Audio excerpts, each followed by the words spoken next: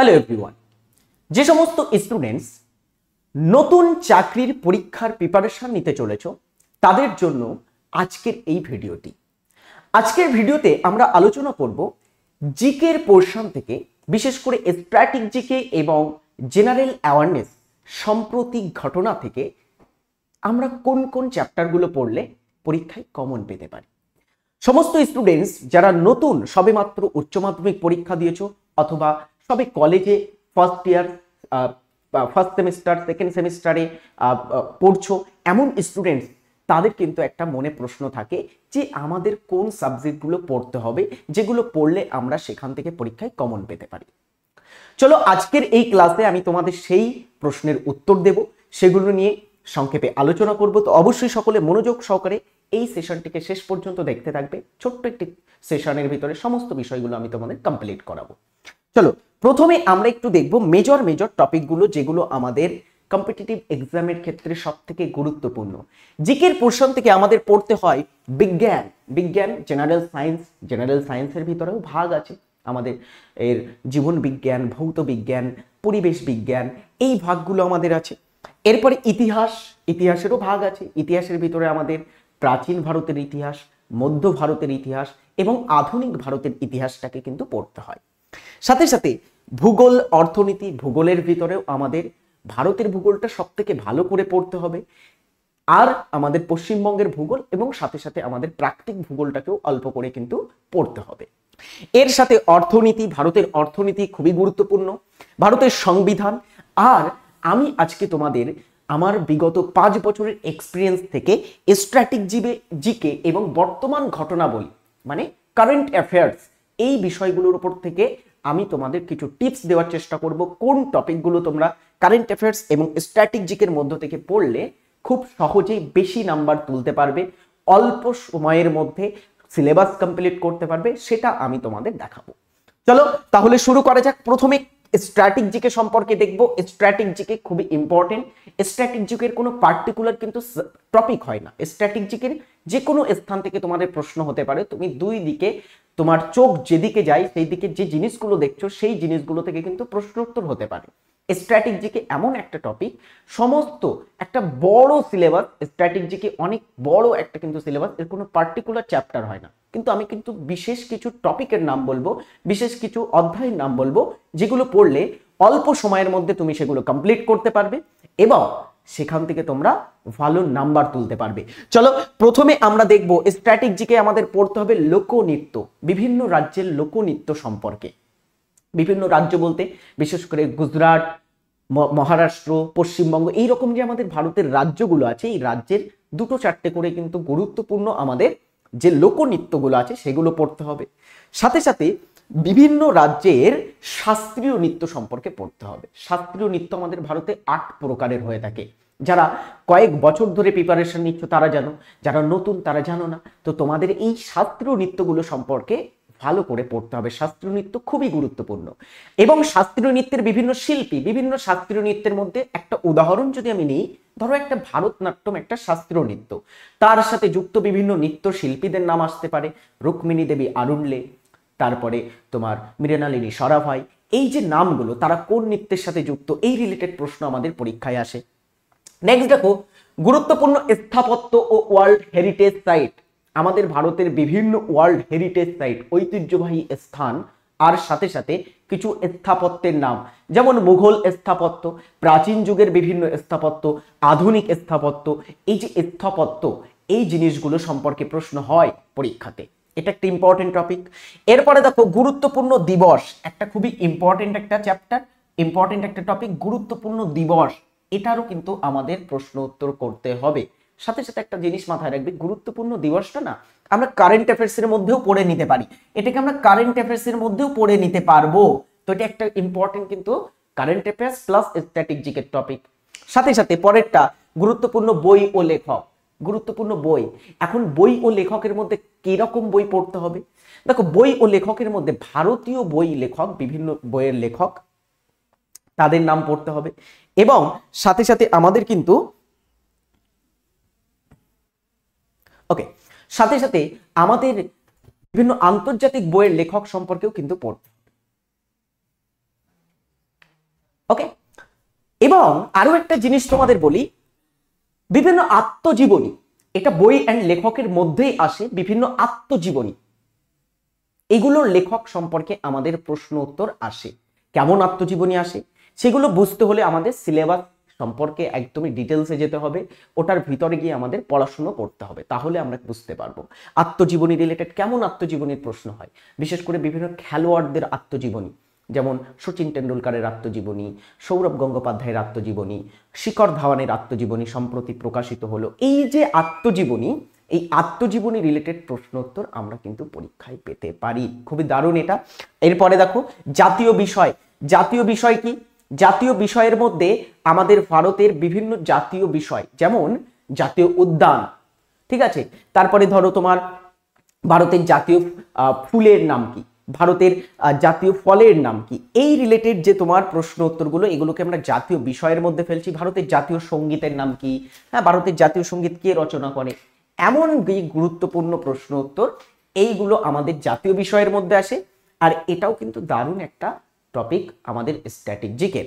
পরে দেখো খেলাধুলো একটা টপিক, যেটা স্ট্যাটিক জিকের মধ্যে আসে, সব থেকে গুরুত্বপূর্ণ টপিক খেলাধুলোর টপিকটা।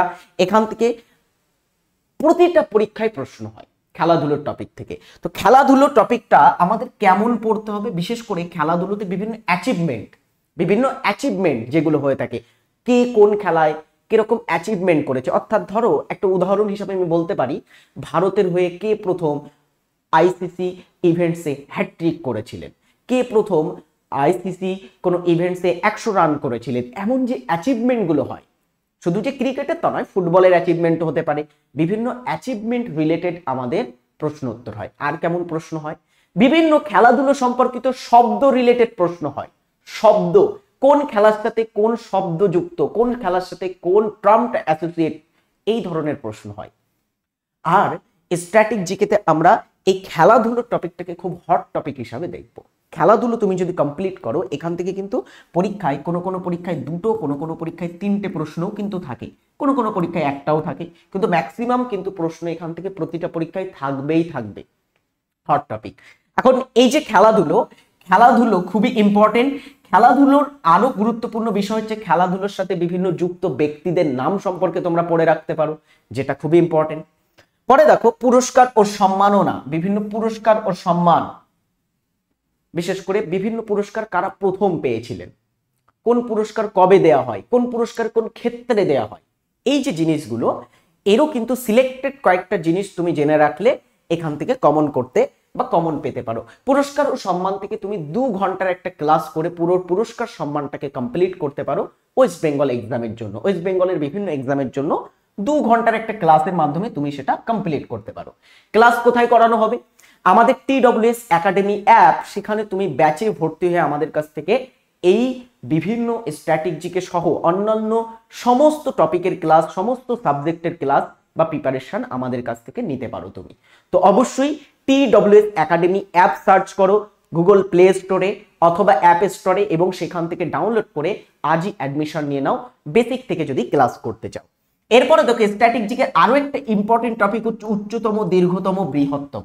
যেমন উচ্চতম, দীর্ঘতম, বৃহত্তমের ভিতরে 2 ধরনের প্রশ্ন হয়। একটা হচ্ছে বিশ্বে উচ্চতম, আরেকটা হচ্ছে ভারতে উচ্চতম। একটা বিশ্বে উচ্চতম, দীর্ঘতম, বৃহত্তম মানে বিশ্বের উচ্চতম পাহাড়ের নাম কি, বিশ্বের দীর্ঘতম রেলপথের নাম কি, এমন প্রশ্ন হয়। আরেকটা হতে পারে ভারতের দীর্ঘতম নদীর নাম কি, ভারতের দীর্ঘতম প্ল্যাটফর্মের নাম কি, এই রিলেটেড প্রশ্ন হয়। তো এটা একটা খুবই গুরুত্বপূর্ণ টপিক, হট টপিক আমাদের স্ট্যাটিক জিকে। পরেরটা দেখো বিভিন্ন সংস্থা এবং সদর দপ্তর, বিভিন্ন মাল্টিপল সংস্থার সদর দপ্তর, এটা একটা ইম্পর্টেন্ট টপিক। বিভিন্ন শহরের উপনাম এবং বিভিন্ন ক্ষেত্রে প্রথম কারা ছিলেন বলতে বিভিন্ন ক্ষেত্রে প্রথম পুরুষ ও মহিলা, অর্থাৎ ভারতের প্রথম প্রধানমন্ত্রী কে ছিলেন, প্রথম মহিলা রাষ্ট্রপতি কে ছিলেন, এই রকম রিলেটেড প্রশ্ন উত্তরের টপিক। এইগুলো হচ্ছে স্ট্যাটিক জিকের মূল টপিক। স্ট্যাটিক জিকের মূল টপিক এইগুলো থেকে আমাদের টোটাল কিন্তু প্রশ্ন উত্তর সাধারণত পরীক্ষায় এসে থাকে।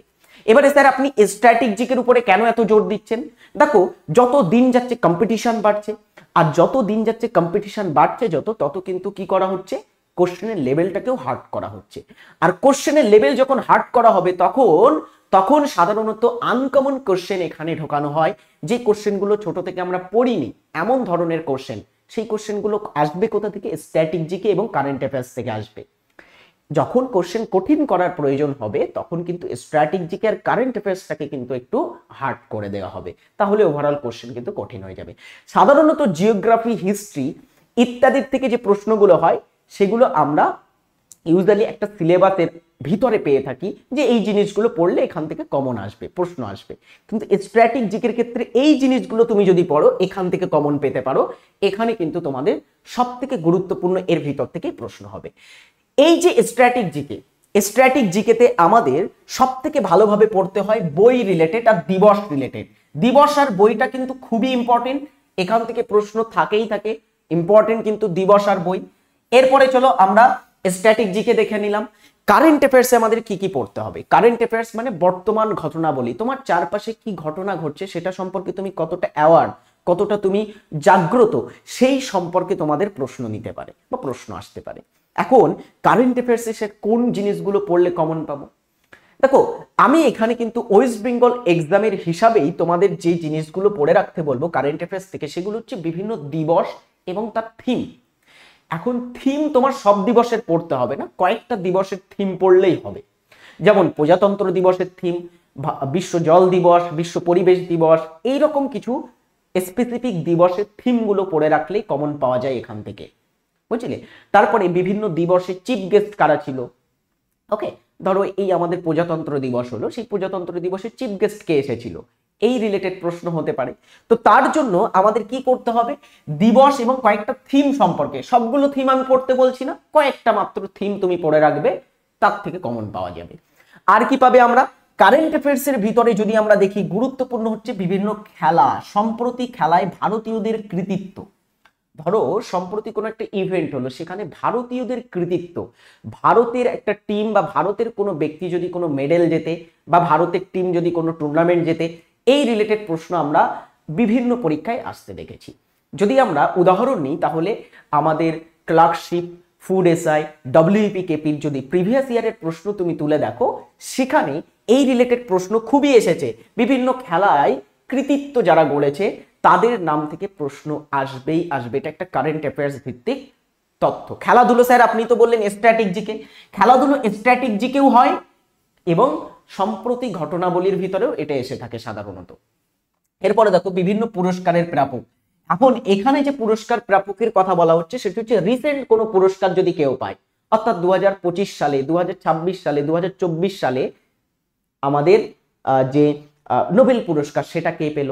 তারপরে তুমি যখন এই ভিডিওটা দেখছো সেই সাম্প্রতিক সময়ে কিছু পুরস্কার সম্মান হলো দেওয়া হলো, সেই পুরস্কারগুলো কারা পেল, এই ধরনের কারেন্ট অ্যাফেয়ার্স থেকে প্রশ্ন আমাদের পরীক্ষায় এসে থাকে। সো এটা একটা কারেন্ট অ্যাফেয়ার্সের দারুণ কিন্তু টপিক। এরপরে সম্প্রতি কে কোন পদে নিযুক্ত হলেন, সম্প্রতি রিসেন্টলি কে কোন পদে নিযুক্ত হলেন, কোন রাজ্যের মুখ্যমন্ত্রী হিসাবে কেউ অ্যাপয়েন্টেড হলেন, কোন রাজ্যের রাজ্যপাল চেঞ্জ হলেন, কোন রাজ্যে তোমার হচ্ছে কোন একজন সচিব নিযুক্ত হলেন, ওকে। তারপরে ভারতের কোন একজন চিফ জাস্টিস নিযুক্ত হলেন সম্প্রতিকালে, কেউ ধরো সম্প্রতিকালে তোমার একটা নতুন পদে অ্যাড হলেন, এইগুলোকে আমরা হট একটা কারেন্ট অ্যাফেয়ার্স হিসাবে দেখব। এইগুলো থেকেও খুবই দারুণ ইম্পর্টেন্ট প্রশ্ন হয়, যেগুলো থেকে বারবার আমরা দেখেছি প্রিভিয়াসে প্রশ্ন আসতে। আর আশা করব এই ট্রেন্ডটাকে ফলো করেই আপকামিং এক্সামগুলোতেও প্রশ্ন উত্তর আনা হবে, কারণ এই টপিকগুলোকে বাদ দেওয়া যায় না, এই টপিকগুলোকে বাদ দিলে কিন্তু হবে না। পরে দেখো পশ্চিমবঙ্গের বিভিন্ন প্রকল্প। দেখো ওয়েস্ট বেঙ্গল এক্সামের ক্ষেত্রে পশ্চিমবঙ্গের বিভিন্ন প্রকল্প থেকে তো প্রশ্ন থাকবেই। পশ্চিমবঙ্গের প্রকল্প, সম্প্রতিকালের বিভিন্ন ধরনের প্রকল্প, তোমার সময়কালের বা তোমার আশেপাশের সময় বা তুমি যখন এই প্রিপারেশনটা নিচ্ছ তখন থেকে লাস্ট 6 মাস কি 1 বছরের আগের 1 বছর বা 6 মাসের মধ্যে যে বিভিন্ন ধরনের প্রকল্পগুলো এসেছে পশ্চিমবঙ্গে, এবং সাথে সাথে দুটো একটা ভারত সরকারেরও ইম্পর্টেন্ট প্রকল্প জেনে রাখতে হবে। ভারত সরকারের ইম্পর্টেন্ট প্রকল্প কয়েকটা জানলেই হবে, ইম্পর্টেন্ট, কিন্তু পশ্চিমবঙ্গের প্রকল্পের উপরে আমাদের বেশি ফোকাস করতে হবে ওয়েস্ট বেঙ্গল এক্সামের জন্য। নেক্সট, ভারতের প্রতিরক্ষা ব্যবস্থা। এই যে প্রতিরক্ষা ব্যবস্থা আমরা শুনেছি বিভিন্ন ধরনের যে প্রতিরক্ষা সিস্টেম আমাদের ভারতের ডিফেন্স সিস্টেম, ভারতের বিভিন্ন ধরনের যে যুদ্ধ বিমানগুলো আছে সেই যুদ্ধ বিমান, ভারতের বিভিন্ন যুদ্ধ রণতরী বিভিন্ন ধরনের, ভারতের মিসাইলের নাম, ভারতের anti defence system, anti rocket system, এই ধরনের যে সিস্টেমগুলো আছে, হ্যাঁ, ডিআরডিও সম্পর্কে এই যে রিলেটেড প্রশ্ন উত্তর, এইগুলো একটা খুবই গুরুত্বপূর্ণ প্রশ্ন উত্তর এখান থেকে হয়। এছাড়া আমাদের ভারতের সেনাবাহিনী অথবা আমাদের ভারত সরকারের বিভিন্ন অপারেশন, এই রিলেটেড প্রশ্ন হয়। যেমন অপারেশন সিন্দুর রিলেটেড প্রশ্ন হতে পারে, অপারেশন সিন্দুর কখন হয়েছিল, অপারেশন সিন্দুরের সময়কার বিভিন্ন ধরনের প্রশ্ন উত্তর আসতে পারে পরীক্ষায়। অলরাইট, এরপরে দেখো ভারতের মহাকাশ গবেষণা এবং বিভিন্ন মিশন, ভারতের ISRO, Indian space research organisation, ইসরোর বিভিন্ন মিশন সম্পর্কে গুরুত্বপূর্ণ প্রশ্ন হতে পারে। ইসরো থেকে কিন্তু ইম্পর্টেন্ট কারেন্ট অ্যাফেয়ার্সের প্রশ্ন এসে থাকে। ইসরো এবং ভারতের বিভিন্ন ইসরোর যে মিশনগুলো হয়ে থাকে, ইসরোর যে মিশন আর ইসরো যে তোমার হচ্ছে গুরুত্বপূর্ণ তোমার ইসরোর সম্বন্ধে প্রশ্ন উত্তর হবে। তারপরে বিভিন্ন দেশের সাথে সামরিক মহড়া বিভিন্ন দেশের সাথে ভারতের হয়ে থাকে, এটা একটা কারেন্ট অ্যাফেয়ার্সের গুরুত্বপূর্ণ। আর আন্তর্জাতিক র্যাঙ্কিং এবং রিপোর্ট, আন্তর্জাতিক বিভিন্ন র্যাঙ্কিং এবং রিপোর্ট, বিভিন্ন র্যাঙ্কিং এ ধরো প্রেস ফ্রিডম ইন্ডেক্স হতে পারে, হাঙ্গার ইন্ডেক্স, এই ধরনের যে ইন্ডেক্স বা র্যাঙ্কিং গুলো হয় সেখানে ভারতের স্থান কত, হেনলি পাসপোর্ট রিপোর্টে ভারতের স্থান কত, এই রকম ধরনের প্রশ্ন হয়। এই জিনিসগুলো হচ্ছে আমাদের কারেন্ট অ্যাফেয়ার্সের টোটাল মূল হট টপিক, এটা হচ্ছে ভিভিআইপি। এছাড়া আরো একটা জিনিস তোমরা এখানে অ্যাডিশনাল ভাবে মনে রাখতে পারো, সেটা হচ্ছে অর্থনৈতিক বিষয়গুলো সম্পর্কে একটুখানি অ্যাওয়ার থাকতে হবে, অর্থনৈতিক বিষয়গুলো সম্পর্কে অ্যাওয়ার হতে হবে। অর্থনৈতিক বিষয়গুলো সম্পর্কে অ্যাওয়ার হওয়ার জন্য তোমরা বিভিন্ন নিউজ, তোমার হচ্ছে যে আর্টিকেলগুলো আছে সেই নিউজ আর্টিকেল বা নিউজ পেপারকে ফলো করতে পারো, অথবা দ্য ওয়ে অফ সলিউশন চ্যানেলে যে কারেন্ট অ্যাফেয়ার্স করানো হয় সেই কারেন্ট অ্যাফেয়ার্সটাকে তোমরা ফলো করবে। এখানে বিভিন্ন অর্থনৈতিক বিষয়ক আর সমস্ত ধরনের কিন্তু আমাদের কারেন্ট অ্যাফেয়ার্স করানো হয়ে থাকে দ্য ওয়ে অফ সলিউশন চ্যানেলে।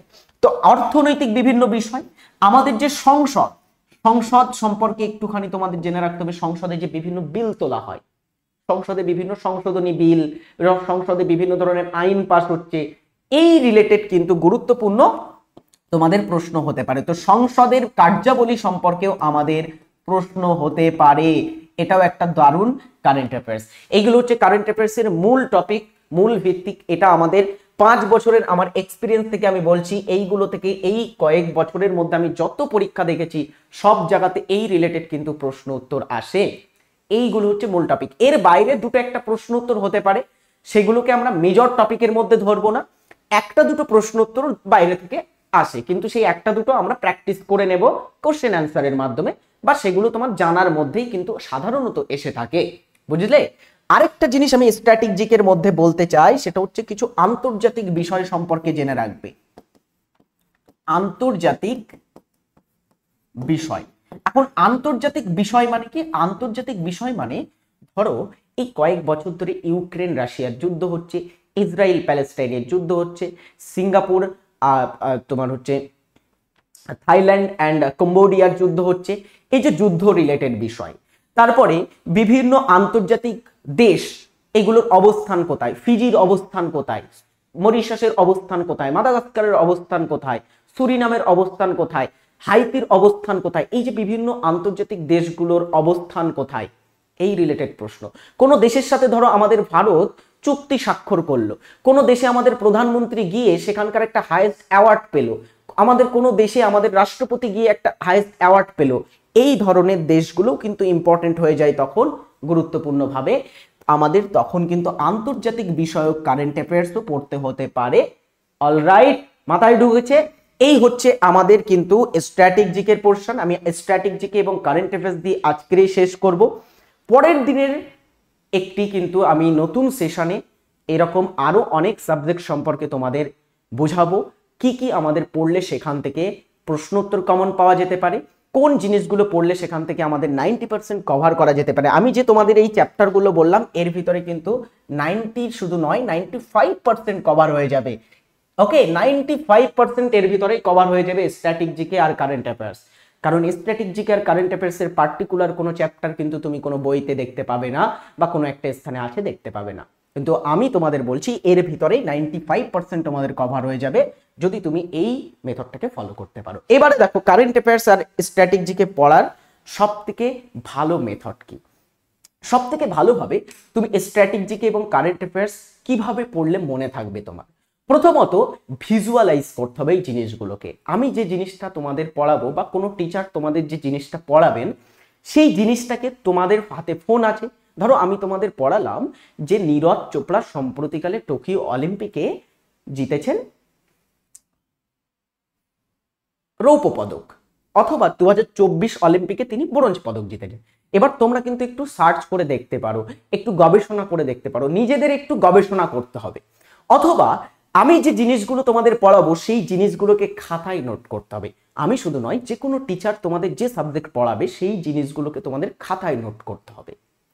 সেকেন্ডলি আরেকটা জিনিস তোমাদের বলি, পড়া মনে রাখার জন্য তোমরা কিন্তু এই স্ট্র্যাটেজিকের যে বিষয়, স্ট্র্যাটেজিকের যে পোরশন, এটাকে ইন্টারেস্টিং ভাবে পড়তে পারো। তোমার যদি খেলাধুলোটা সব থেকে ভালো লাগে, তুমি খেলাধুলোর চ্যাপ্টারটা দিয়েই শুরু করতে পারো।